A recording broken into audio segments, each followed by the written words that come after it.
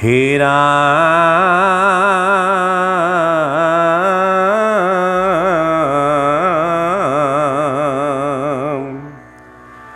তাহাৰ শ্ৰৱণে নাহি মোৰ মনে জাতু অল্প সুখ পাই নাৰদাদি ঋষি পৰম হৰিষি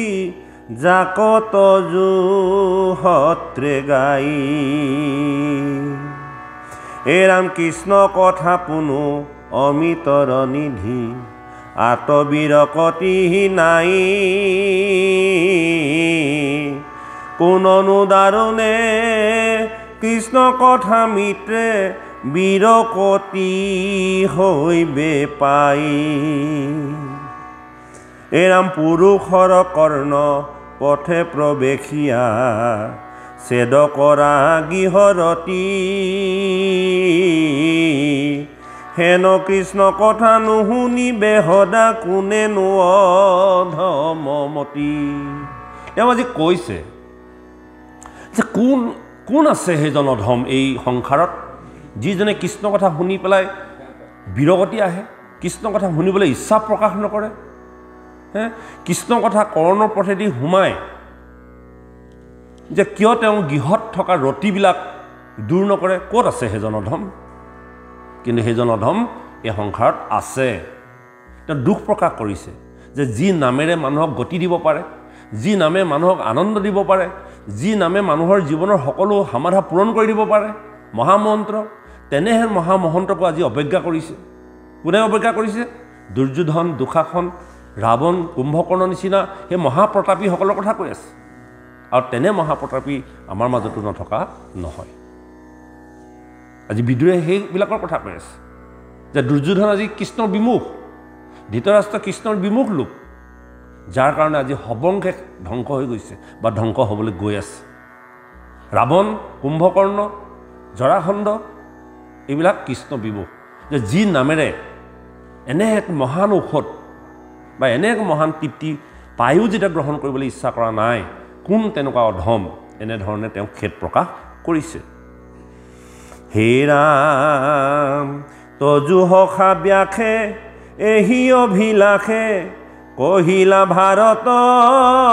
ছয় হেন বা কৃষ্ণৰ কথাত লোকৰ কিঞ্চিত মতি হুয়। কিঞ্চিতমান মতি হওকচোন সেইজন সখাক সমস্ত জগতৰ অমিয়া বাণী শুনাই তেওঁ পৰম ধাৰ্মিক কৰি তুলিছিল। অৰ্জুনৰ কথা কৈছে। মহাভাৰতৰ যুদ্ধ হোৱাৰ আগমুহূৰ্তত কৃষ্ণৰ শ্ৰীমুখৰ দ্বাৰা নিগৰিত হৈ অৰ্জুনৰ মনৰ যি বিষাদ দূৰ কৰিছিল, তেনেকুৱা অমিত বাণী শুনিবৰ কাৰণে মানুহক ভগৱন্তে কৃপা কৰকচোন। কিয় মানুহবিলাকে ইমান হাততে থকা অমিত পায়ো পাণ কৰিবলৈ নিবিচাৰে? এই কথাখিনি খেদ কৰিছে। এইখিনি আমাকে কৈছে, আপুনিও মই। আচলতে আমি জানো কৃষ্ণ নামে আমাক গতি দিব পাৰে, আমি জানো ভাগৱতৰ সান্নিধ্যত থাকিলে আমাক পৰম কৃপা কৰে, তথাপিতো আমি ভাগৱতৰ প্ৰতি আমাৰ শ্ৰদ্ধা নাই, আমি এনেহে থাকোঁ। আমি প্ৰত্যেকে নিজে নিজক যদি এবাৰ সুধি চাওঁ যে ভাগৱত আচলতে আমি শুনিছোঁ, হয়, প্ৰমাণটো নাই। আমাক হাতে হাতে প্ৰমাণ লাগে। আজি ভাগৱত শুনিছোঁ, আজিয়ে ঘৰত গৈ দেখিব লাগিব যে গোটেইখন বিচনাই পইচা পাতি পৰি আছে। তেতিয়া কিন্তু আপুনি ইয়াত বহিবলৈ ঠাই নাপায়, আৰু কাজিয়া হৈ যাব, মাৰপিট হৈ যাব। আজি আমাৰ প্ৰমাণ নাই। আমি ভাগৱত শ্ৰৱণ কৰাৰ পাছত ক'ত আমাৰ সুখ নাহে? ক'ত ভাগৱতে কৈছে হয় ঈশ্বৰৰ নাম শুনিলে আমাৰ জীৱনত সুখ আহে, ক'ত অহা নাই যে আমাৰ সুখ লাগেই নাহে, হয়নে বাৰু? ক'ত ভাগৱতত শৰাই অৰ্পণ কৰিছোঁ, ক'ত চাকৰি নহ'ল দেখোন। কথা এটা কৈছোঁ। ইমান অনুষ্ঠান কৰিছোঁ, ইমান নাম আগবঢ়াইছোঁ, ইমান মন্দিৰত চাকি জ্বলাইছোঁ, দামৰ ওপৰত দামী তেল জ্বলাইছোঁ, ক'ত আমাৰ মনৰ বাঞ্ছাবোৰ পূৰ নহয় দেখোন। কিয় নহয়? আচলতে যেনেকৈ কৰিব লাগে আমি তেনেকৈ কৰা হোৱা নাই। ক'ৰবাত গণ্ডগোল আছে, কিয় হোৱা নাই? আচলতে য'ত স্বাৰ্থ ৰাখি কাম কৰা যায়, য'ত মনত কপট ভাৱ ৰাখি ঈশ্বৰক খুজোঁ আপুনি মই কপট আপুনি ভিতৰত থৈ বাহিৰত তেল মাৰি মোক কিবা এটা সুধি নিব পাৰে কালি পৰহিলৈকে মোক বেয়া পায় আজি আপোনাৰ স্বাৰ্থ হৈ গ'ল লগে লগে অ' বাপ আঁতৰৰ পৰা কৃষ্ণ কৃষ্ণ কৰি কৃষ্ণ অ' বাপ এই কালিৰ পৰা আপোনাৰ মানে মনত পৰি আছে বুজিছেনে ধৰিলে আৰু মূৰ্তি এটা মানে সাংঘাতিক এটা তেল কিন্তু ভিতৰত আপোনাৰ কপট কিন্তু মই বুজি নাপাওঁ বাপজনে কালিলৈকে বেয়াই পাইছিলে ভাল হ'ল চাগে আহ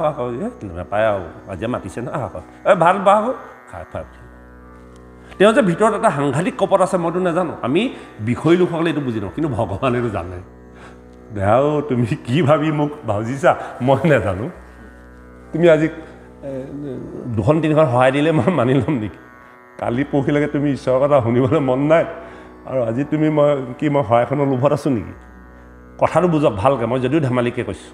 আপুনি মই বিষয় লোকে এই কথাবিলাক বুজি নাপাওঁ আপোনাৰ মনৰ ভাৱনাৰ কথা আপুনি কি চল চাতুৰি কৰি মোক ঠগিব আহিছে কিন্তু ভগৱানে সকলো জানে যিহেতুকে তেওঁ অন্তৰ্যামী বুলি কোৱা হৈছে এতিয়া আমাৰ কাম নোহোৱা কাৰণ সেইটোৱেই বাপ আমাৰ সদায় কপটে ভৰি আছে যেতিয়ালৈকে কপট দূৰ কৰিব পৰা নাযাব যিদিনা আপোনাৰ হৃদয়ৰ পৰা কপট দূৰ হৈ যাব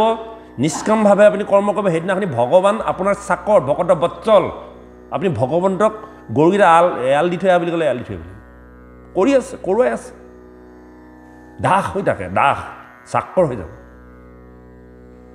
মনত ৰাখক এতিয়া আমাৰ কপটটো কেনেকৈ দূৰ হ'ব আমাৰ প্ৰত্যেক কথাতেই স্বাৰ্থ জড়িত হৈ থাকে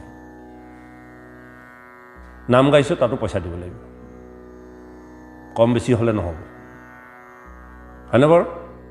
প্ৰসাদ বিতাইছোঁ তাতো আমাৰ স্বাৰ্থ জড়িত হৈ আছে ভাগৱত গাইছোঁ তাতো স্বাৰ্থ জড়িত হৈ আছে স্বাৰ্থভাৱে কাম কৰিছোঁ গতিকে হ'ব বিমুখ হ'ব নালাগে অভ্যাস কৰোঁতে কৰোঁতে এদিন আপুনি সমস্ত ভাৱনাটোৰ মূল বস্তু বুলি কৈছে আপুনি কৰ্ম কোনে আপোনাৰ বাহ্যিক বিষয়খনত আপোনাক কোনে কেনেকৈ দেখিছে সেইটো আপুনি বাদ দিয়ক আমি এজন মানুহক বহুত ভক্ত দেখিছোঁ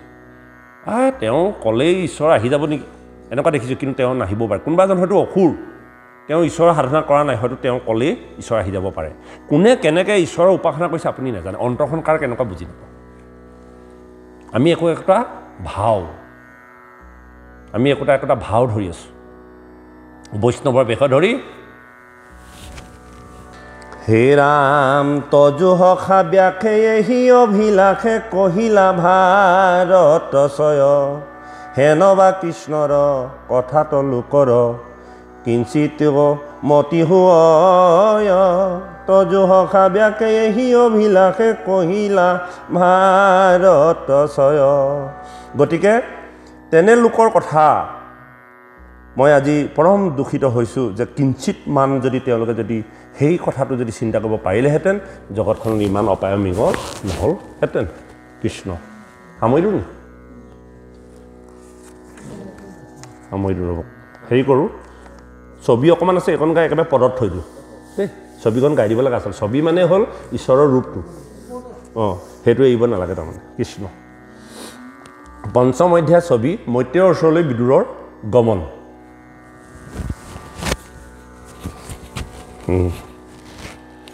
হে ৰাম হে ৰাম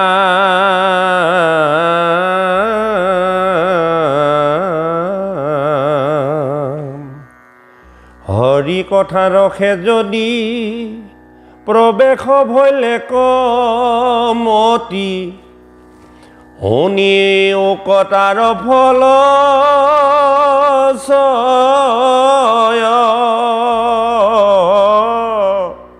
বিভৎস বিষয় যত তাত কৰি বিৰকত কৃষ্ণ পদে ৰতি জন্মাৱয় হেন কথা মিত পাই যাৰ মনে ৰতি নাই তাক মই হুক কৰোৱাতি শৌচ নিৰশৌচ ভৈলা বিঠায়ো নাখ কৈলা হৰি হৰি পাপী আত্মঘাতী হে ৰাম নভৈল কি চুৰ পাত্ৰ মিছা তপহিল শাস্ত্ৰ জানো তাৰো আছে কৰ্মফল তাতেহে কৃষ্ণৰ গুণ নুশুনয়নি দাৰুণ নৰকে পৰিবে অমংগল আচলতে যাৰ পূৰ্বজন্মৰ কৰ্মৰ বাসনাত দূষিত হৈ আছে তেওঁহে আচলতে এই শাস্ত্ৰ ভাগৱতৰ কথা শুনিবলৈ ইচ্ছা নকৰে আৰু সেই শাস্ত্ৰ যদি কোনোবাই পঢ়িও আছে মিছাতে পঢ়ি আছে বুলি কৈছে ময়ো যদি আজি ভাগৱত পঢ়ি আছোঁ মিছাতেই পঢ়ি আছোঁ তাৰ ফল কিন্তু নধৰে পূৰ্বজন্মৰ কৰ্মৰ বাসনাৰ জৰিয়তে যত যি দুখ কষ্ট হৈ আছে যিমান শাস্ত্ৰ পঢ়িলেও পঢ়াৰ পাছতো যেতিয়া তেওঁৰ মন আনন্দিত নহয় মনৰ পৰা মল দূৰ নহয় তেন্তে তেওঁ মিছাতেই শাস্ত্ৰ পঢ়ি আছে মিছাতেই নাম গাই আছে মিছাতেই তেওঁ ভক্তি ধৰ্ম আচৰণ কৰি আছে যদিহে বিভৎস বিষয়ত তেওঁ লুটুপুটুৰ হৈ আছে ইয়াত কৈছে হৰি কথা ৰখে যদি প্ৰৱেশ ভৈলেকমতি শুনিও তাৰ ফলস্বয় যাৰ হৰি কথা শুনাৰ পাছত তেওঁ হৃদয়ৰ মলবিলাক দূৰ হোৱা নাই বিষয়ৰ প্ৰতি তেওঁ আকৃষ্ট এৰ খাই যোৱা নাই তেন্তে তেওঁ মিছাতেই শাস্ত্ৰ পঢ়ি আছে কৃষ্ণ কথা শুনাৰ পাছত কৃষ্ণ কথাই কাম কৰিছে নে নাই কৰা আপোনাৰভাৱে নিজে নিজে প্ৰমাণ চাব পাৰিব যে মই কৃষ্ণ কথা শুনাটো হৈছে নে নাই হোৱা প্ৰমাণ ইদিনাতকৈ সিদিনা আপোনাৰ বিষয়খনৰ প্ৰতি বিৰগতি আহিব লাগিব আপুনি খাই থকা আহাৰকৰণৰ প্ৰতি বিৰগতি আহিব লাগিব এতিয়াতো বিৰগতি আহিছে নে নাই মাছ খাব নোৱাৰিলেও মাংস খাব নোৱাৰিলেও জোলকে হ'লেও অকণমান দে বুলিহে কওঁ মই কথাটো কৈছোঁ বেয়া নাপাব এই কথাটো আজি কৈছে হৰি কথাৰ ৰসে যদি প্ৰৱেশ ভৈলেকমতি হৰি কথাৰ ৰস সোমোৱাৰ পাছত যদি তেওঁ মনত প্ৰৱেশ কৰিছে তাৰ ফলটো চোৱা প্ৰমাণটো চাবলৈ কৈছে কি হ'ব বিভৎস বিষয়ত যত তাত কৰি বিৰকত কৃষ্ণপদে ৰতি জন্মায় বিভৎস বিষয়খন বৰ বিভৎস বুলি কৈছে এই বিষয়খনৰ প্ৰতি আপুনি বিৰগতি আহিছেনে নাই বিৰগতি আহি কৃষ্ণ কথা শুনিবলৈ মন গৈছেনে নাই দহুবন কাটি কৰি নামঘৰলৈ যাবলৈ মন গৈছেনে নাই ৰাতি 12টা বজালৈকে কৃষ্ণৰ ভিডিঅ'টো লগাই ভিডিঅ' শুনি থাকিবলৈ মন গৈছেনে নাই যোৱা কোনোবাজন আহিলে গ্ৰাম্য কথা এৰি ঈশ্বৰৰ কথা শুনিবলৈ মন গৈছেনে নাই যোৱা যদি গৈছে তেতিয়া জানিব আপুনি ভাগৱত শুনাৰ ফল ধৰিছে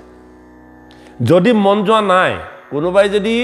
ভাগৱতৰ কথা এটা উলিয়ালেও যদি আপুনি কিবা প্ৰকাৰে যদি বেলেগলৈ লৈ গৈছে বা কোনোবাই যদি ঈশ্বৰৰ কথা কৈ থকাৰ পাছতো যদি আপোনাৰ বিৰক্তি আহিছে মানুহটো কিনো ঈশ্বৰ একেবোৰ কথাকে কৈ থাকে সদায় তেনেকুৱা যদি মনলৈ ভাৱ আহিছে তেতিয়াহ'লে জানক আপোনাক ঈশ্বৰে ক্ৰিয়া কৰা নাই প্ৰমাণ যদি মন গৈছে যদি শনিবাৰ হোৱাৰ লগে লগে যদি আবেলিৰ পৰা যদি মনটো উচপিচাই আছে কিন্তু প্ৰসাদ দিয়া নাখনি নহয় আৰু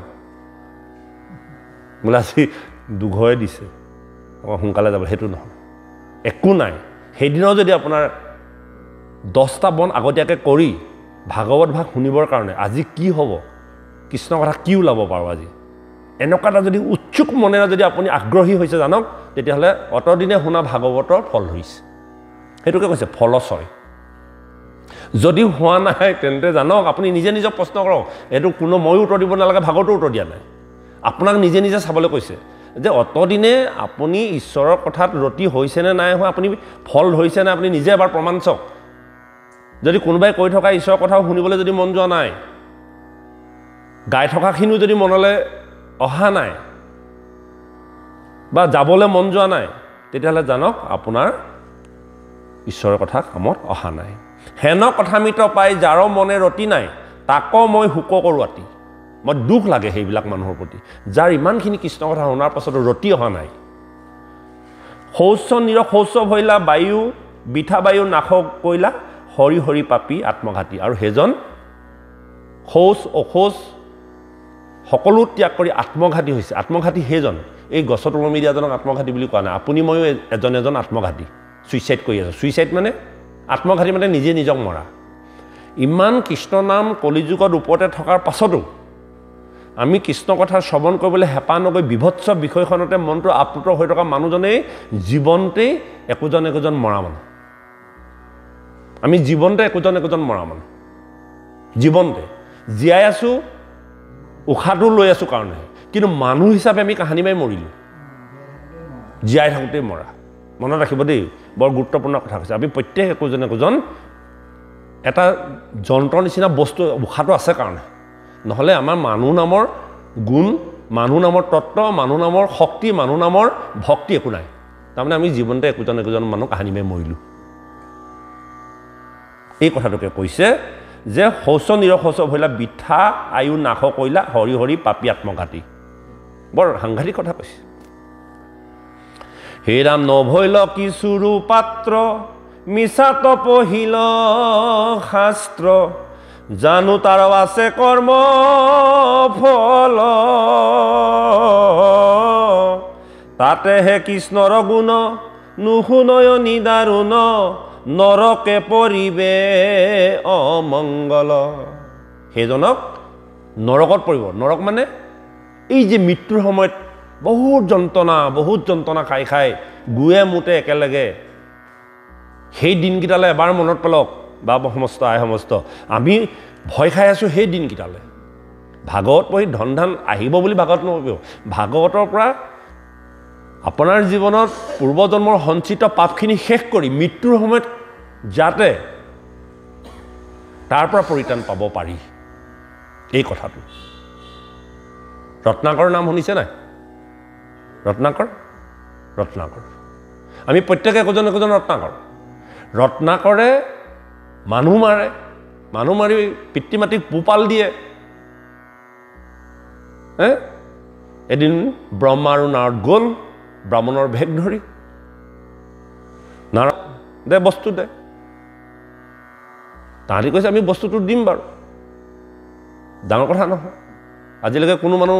ৰত্নাকৰ পৰা হাৰি যোৱা নাই তো ব্ৰহ্মাই আৰু নাৰদে ব্ৰাহ্মণ বেগ ধৰি গৈছে তুমি এটা কাম কৰা যে তুমি যে এইবিলাক কৰিছা যে মানুহ মাৰি যে ধন টকা পইচা লুটি নি তুমি পৰিয়াল চলাইছা এইবোৰ তোমাৰ পাপ হৈছে নহয় বোলে কি পাপ হৈছে বোলে মানুহ মাৰিলে পাপ হ'ব কোনে কৈছে বোলে আমি কৈছোঁ আৰু এই পাপৰ পৰা তুমি এনেকুৱাখিনি হ'ব তোমাৰ পিতৃ মাতৃক খুৱাইছা তুমি ভাগ ল'বনে নলয় সুধি আহা যোৱা তহঁতি কম টেঙৰ নহয় দেই মোক পিতৃ মাতৃৰ ওচৰলৈ সুধিবলৈ পঠাই তহঁতি যোৱা মানে পলাবি মোক ইমান অকৰা পাইছোঁ ব্ৰহ্মা নাৰদে ক'লে যদি তোমাৰ ইমান বিশ্বাস হোৱা নাই তেন্তে এই আম গছজোপাতে বান্ধি থৈ দিয়া ওচৰতে আম গছ এজোপা আছিল তাকো মৰা আম মৰিলে গছজোপা পাত নাই এই গছজোপাতে আমাক বান্ধি থৈ যোৱা আৰু পিতৃ মাতৃ সুধি আহা কথামতে বান্ধিলে ঠিকছে দুইটাকে সুধিলেকে পিতৃ মাতৃক ক'লে যে পুত্ৰ ভৰিলে পিতৃক ভৰণ পোষণ দিব লাগিব এইটো দায়িত্ব কৰ্তব্য তুমি ক'ৰ পৰা কেনেকৈ আনিছা আমাৰ এইটো বিচাৰ্য বিষয় নহয় তাৰ কাৰণে যি পাপ আৰ্জন হ'ব সেয়া আমাৰ ভোগ নহয় তোমাৰ হ'ব অতদিনে তেতিয়াহ'লে মই তোমালোকৰ কাৰণে কৰিলোঁ এতিয়া মোৰ যদি পাপ হৈছে মই যদি নৰকত পৰিব লাগে তাৰ ভাগ তোমালোকে নোলোৱা তুফান আহিলে মানুহকেইজন বান্ধি থোৱা আছে বোলে উপায় এতিয়া মোৰ যে ইমান পাপ হ'ল তাৰ পৰা বোলে তুমি ৰাম নাম উচ্চাৰণ কৰিব কি ৰাম নাম সিটো ৰাম নাম নুঠেই সদায় মৰা তাৰপৰা ক'লে যে তুমি নাম জপ কৰিব লাগিব ৰাম বুলি কয় সি তাৰ ওলায় ৰাম নোলায় পাপী যে পাপৰ মুখত ঈশ্বৰৰ কথা নোলায় পাপেৰে ভৰি আছে পাপ শেষ হ'ব লাগিব আমজোপা বা খুলিলে তেওঁলোকক খুলি মেলি দিলে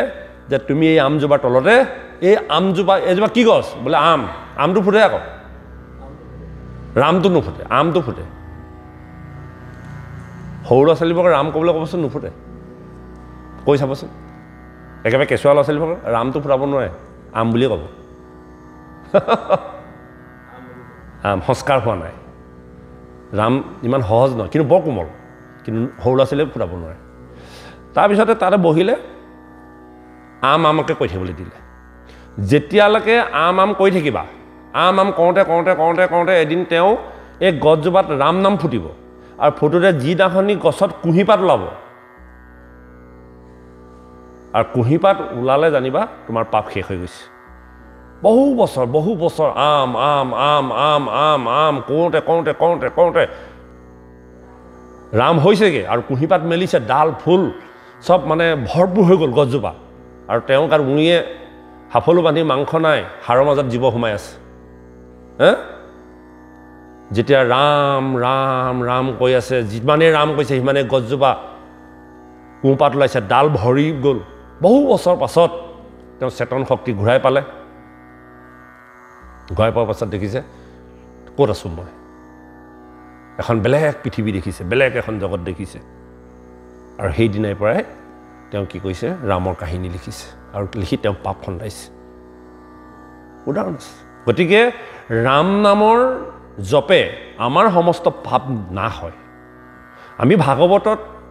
কথা কৈছোঁ, কৃষ্ণ কথা কৈছোঁ, আপোনালোকে কৃষ্ণ কথা শ্ৰৱণ কৰিছে। ইয়াৰ মূল উদ্দেশ্য আজিলৈকে হৈ অহা পাপখিনি শেষ হ'ব লাগে।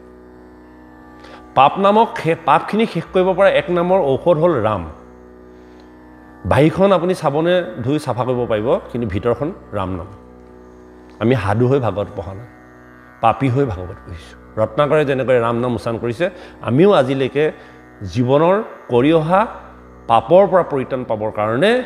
কেৱল ৰাম নাম উচ্চাৰণ কৰিছোঁ বাপ সমস্ত। কেতিয়াও নাভাবিব যে আমি পণ্ডিত হৈ ভাগৱত জানি ক'বলৈ অহা নাই। ভাগৱতৰ কাষলৈ দৌৰি আহিছোঁ জীৱনৰ পাপখিনি শেষ কৰিবৰ কাৰণে। অতদিনে যে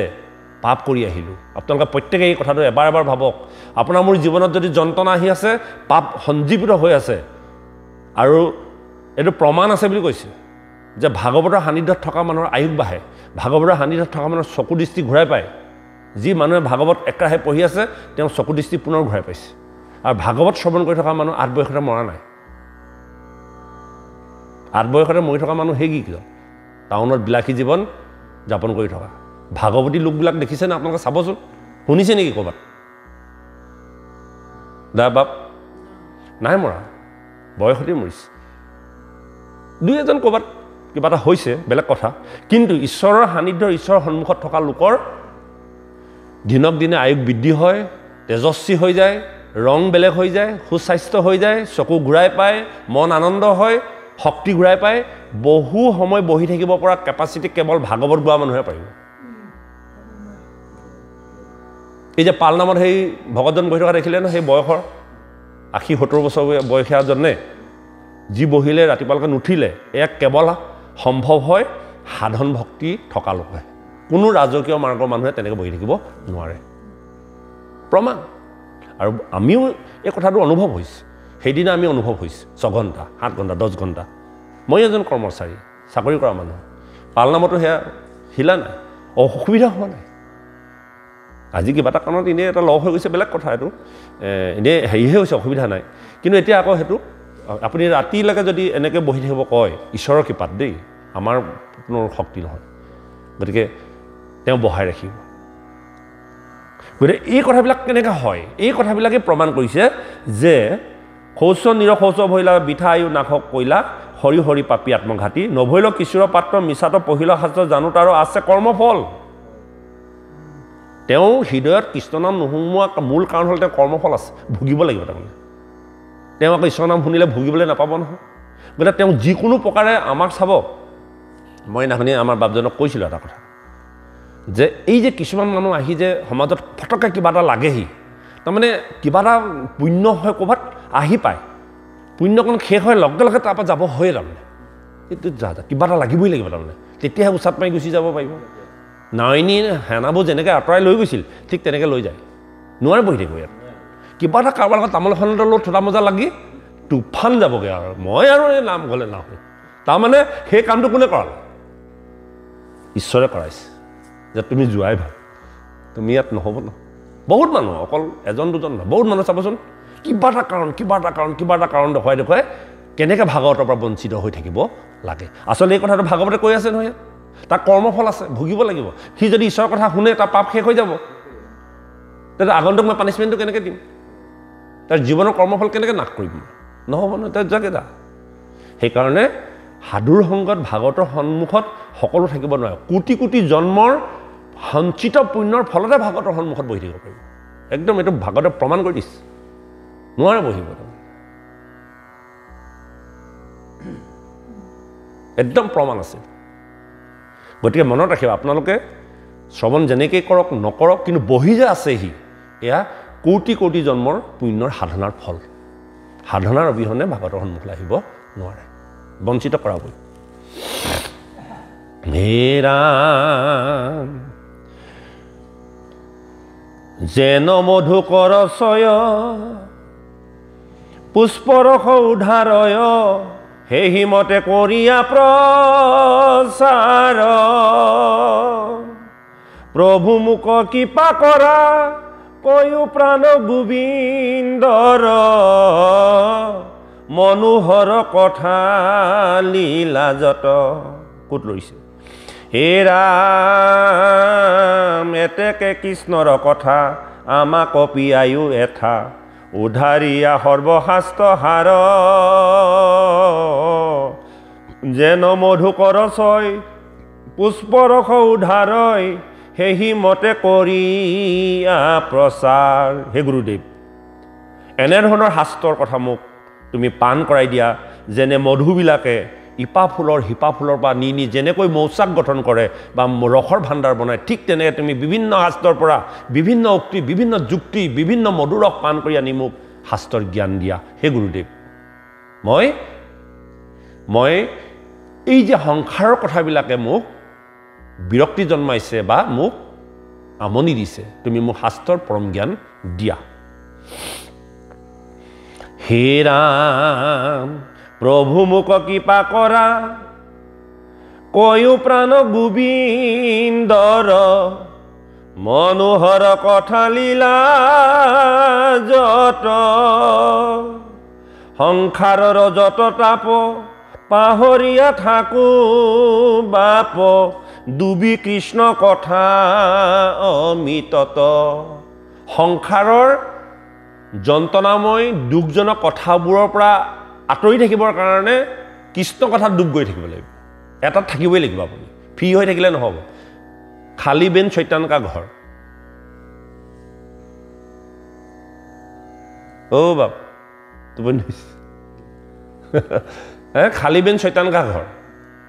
আপুনি যদি পাত্ৰটো মুকলি কৰি থৈ দিয়ে তাত যিকোনো বস্তু পৰি যাব পাৰে আপোনাৰ মগজটো যদি খালীকৈ থৈ দিয়ে একো কথা চিন্তা নকৰাকৈ তেতিয়াহ'লে বেলেগ বেলেগ বস্তু সোমাই আপোনাৰ মনটো বিভ্ৰান্ত কৰি দিব পাৰে সংসাৰৰ বিষয়খনৰ কথাটো আপুনি সোমাইছেই সেই সময়টো মগজটো গৰম কৰিছে এই বস্তুবোৰ উলিয়াবৰ কাৰণে আপুনি বেলেগ এটা বস্তু সোমাই থ'ব লাগিব নাই আচ্ছা আপুনি সংসাৰৰ দুখখিনি মানে আঁতৰাবলৈ বিচাৰিছে খালীকৈ আছে আপুনি ঘৰত একদম আজি মোৰ একো দুখ সুখ নাই আৰু একদম আনন্দকৈ বহি আছে তেতিয়া যদি আপুনি কৃষ্ণ কথাত ডুব গৈ নাথাকে তেতিয়াহ'লে বেলেগ এটা আকৌ সংসাৰৰ যন্ত্ৰণা আহি সোমাবই আপুনি কেতিয়াও ফ্ৰীকৈ নাথাকিব পাত্ৰটো খালীকৈ নথ'ব চকীখন খালী হৈ থাকিলে যেই যেনেকৈ বহি দিবই ঠিক তেনেকৈ আপোনাৰ মগজটো খালী কৰি নাৰাখিব গতিকে বিষয়ৰ কথাখিনি যিকোনো প্ৰকাৰে উলিয়াই লৈ বিষয় কথাখিনি বা অন্য কথা নোসোমাবৰ কাৰণে কেৱল আপুনি কৃষ্ণ কথা শ্ৰৱণ কৰি থাকক তেতিয়া বাহিৰৰ কথাবিলাক আহি আপোনাৰ তাত সোমাব নোৱাৰে এই কথাটো আজি বিদুৰে কৈছে যে মোক কৃষ্ণ কথা প্ৰাণ কৰি থাকা যাতে সংসাৰৰ মোৰ পৰিয়ালৰ সেই দুখ কথাবিলাক বা যন্ত্ৰণাময় ক্লেশ থকা কথাবিলাক যাতে মোৰ মগজত আহি নোমাই কেৱল কৃষ্ণ কথাতে মই শ্ৰৱণ কীৰ্তন কৰি থাকোঁ ৰাতিপুৱা বা গধূলিলৈকে যদি মোবাইলটোত ভিডিঅ' লগাই শুনি থাকে আপুনি চাব প্ৰমাণ কৰি চাওক কাম কৰি থাকক আপোনালোকে আজিকালি বহুত সুবিধা আহিলে কাম কৰি থাকক আপুনি কাম এৰি ঈশ্বৰৰ কথা গাই থাকিবলৈ কোৱা নাই ভাগৱতেও দেই তাত বহিছে আইসকলে তাঁতৰ কাষতে আপুনি মোবাইলটো লগাই লওক যি কৰক কিন্তু আপুনি ৰাতিপুৱা বা গধূলিলৈকে ইটোৰ পাছত সিটোৰ পাছত সিটো কৃষ্ণ কথা লগাই থাককচোন দেখিব আপুনি দিনটো ইমান পৰম আনন্দকৈ গ'ল কামো আপুনি আগবাঢ়ি গ'ল সেইকাৰণে মাধৱ মহাপুৰুষক বহাৰপুৰ বুলি কৈছিল শংকৰ গুৰুৱে সদায় তাঁতখন বোৱাই এদিন মাধৱে গৈ কৃষ্ণ কথা কৈ বোৱালে আগতকৈ এবেগেত বেছিকৈ বোৱালে মানুহে পাহৰি থাকিলে দুখ ভাগৰ নাইকিয়া হৈ থাকিলে মই একেবাৰে আপোনাক সঁচা কথা কৈছোঁ আপুনি মোবাইলটো লগাই লৈ যদি কাম কৰে নহয় আপুনি চাহ খাবলৈ মাতি থাকিলেও আপোনাৰ আহিবলৈ মন নাযায় অৰ্থাৎ কামটো আগবাঢ়িলে ঈশ্বৰৰ কথাও শুনিলে মনটো আনন্দ হৈ থাকিলে কিমানটা কাম হ'ল চোন আপুনি আৰু তাকে নকৰি কি কৰোঁ বিষয় বিৰকতিবিলাক সোমোৱাই লৈ যেতিয়া কাম কৰিম কামো আগ নাবাঢ়ে মনটোও গধুৰ হ'ল খঙো হ'ল ঠেকেচা মাৰি তাৰ এটা কাম এৰি পেলাই বেলেগৰ ঘৰত গৈ বহি আছে যা গতিকে এই কথাটো আজি বিদুৰে কৈছে যে সংসাৰৰ যততা পাহৰীয়া থাকোঁ বাপ সংসাৰৰ তাপবিলাক পাহৰি থাকিবৰ কাৰণে ডুবি কৃষ্ণ কথা অমৃতত কৃষ্ণৰ কথা অমৃতত যাতে মই ডুব গৈ থাকিব পাৰোঁ হে ৰাম নিগদতি হুকৰিখি সোণা ৰাজা মহাযখী বিদুৰ পৰম শুদ্ধ চিত্ৰ কৰি এহি প্ৰশ্ন ছয়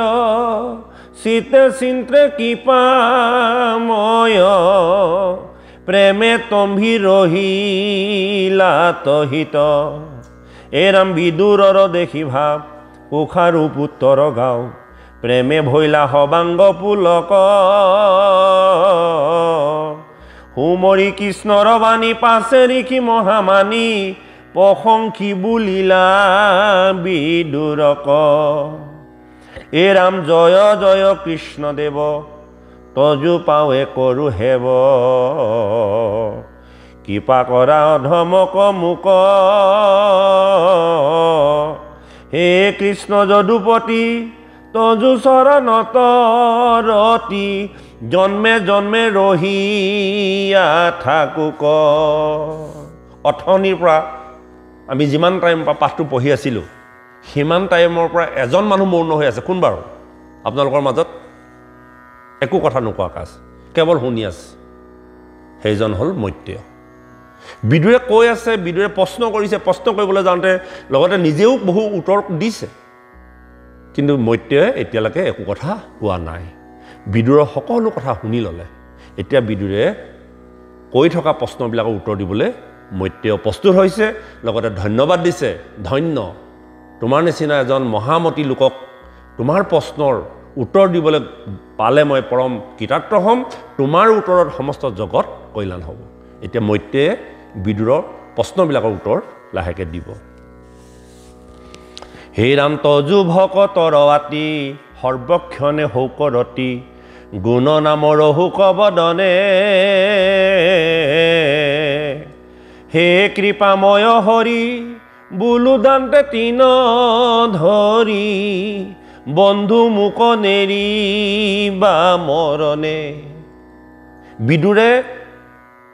যদিও মৈত্ৰেয়ে প্ৰশ্নবিলাক উত্তৰ দিবলৈ লৈছে তথাপিতো তেওঁ দণ্ডতে প্ৰণাম কৰি কৈছে হে বান্ধৱ হে মোৰ গুৰুদেৱ মই যিমানখিনি কথা কৈছোঁ এই কথাখিনি উত্তৰ দিয়াৰ লগতে কিন্তু মোৰ জনমে মৰণে ইহকালে পৰকালে মোক কিন্তু তুমি নেৰিবা এজন শিষ্যই এজন গুৰুৰ পৰা কথা জানিবলৈ হ'লে দয়া আৰু কৰুণা ভাৱেৰে কথা সুধিব লাগে বা শিকিব লাগে দম্ভ অহংকাৰে জানি পেলাই প্ৰমাণ চাবৰ কাৰণে কেতিয়াও প্ৰশ্ন সুধিব নালাগে সেইবিলাক আধ্যাত্মিক জগতত প্ৰকাশ নাপায় মই কথাটো জানো কিন্তু আপোনাক প্ৰমাণ চাবৰ কাৰণে সুধিছোঁ বহু লোকে তেনেকুৱা কৰে আৰু দম্ভ অহংকাৰে সোধে এই কথাটোৱে কিন্তু কেতিয়াও ভক্তি লাইনত গ্ৰহণীয় নহয় আজি পৰীক্ষিতে নিগুণবাদী সুখদেৱৰ পৰা দণ্ডতে কথা সুধিছে আৰু বিদুৰে আজি মৈত্ৰেয়ৰ পৰা দুইজন বান্ধৱ সমকক্ষ ভকত কিন্তু সমকক্ষ এজনৰ ওচৰৰ পৰা কথা শিকিবলৈ লওঁতেও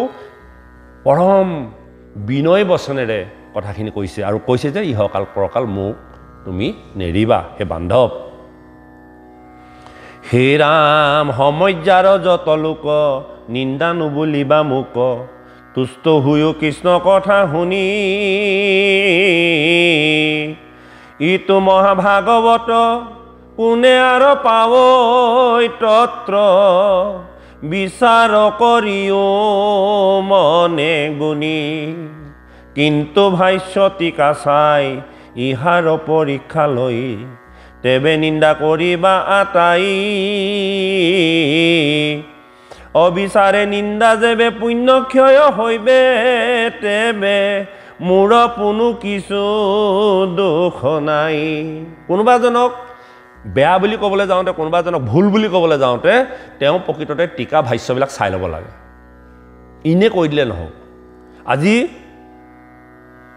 কবিয়ে কৈছে যে তুমি মোক নিন্দা নকৰিবা মই যিখিনি কথা কৈছোঁ সম্পূৰ্ণ শাস্ত্ৰসন্মতভাৱে কৈছোঁ উপদেশত কৈছে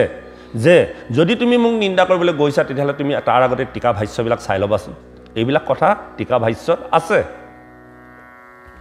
হে ৰাম বিশেষত মহন্তৰ ক্ষমা হে ভূষণ হুৱে জানি মুত হুয়ো প্ৰসন্ন যদি নিন্দে দুষ্ট লোক তাত মোৰ নাহি হুক আপোনাৰ দুখে হৈ বচন্ন ইয়াৰ পাছতো মোক যদি কোনোবাই নিন্দা কৰি আছে তাত মোৰ কোনো সংক্ষেপ নাই তাৰ দুখে তাক চুব আমি যে কওঁ নহয় তাৰ দুখে তাক চুব ভাগৱতেও এইটো কথা কৈছে যে যদি নিন্দে দুষ্ট লোক তাত মোৰ নাহি হুক আপোনাৰ দুখে হৈ বেচন্ন তোমাৰ দুখে তোমাকে শেষ কৰিব এই ৰাম থাকুক ই কথা ছয় ঘূৰ কলি বহাবই তাক তৰিবাৰ কৰা কাম কৃষ্ণৰ কিংকৰ নিজ গোপাল চৰণ দ্বিজ কহে ডাকি বোলাই ৰাম ৰাম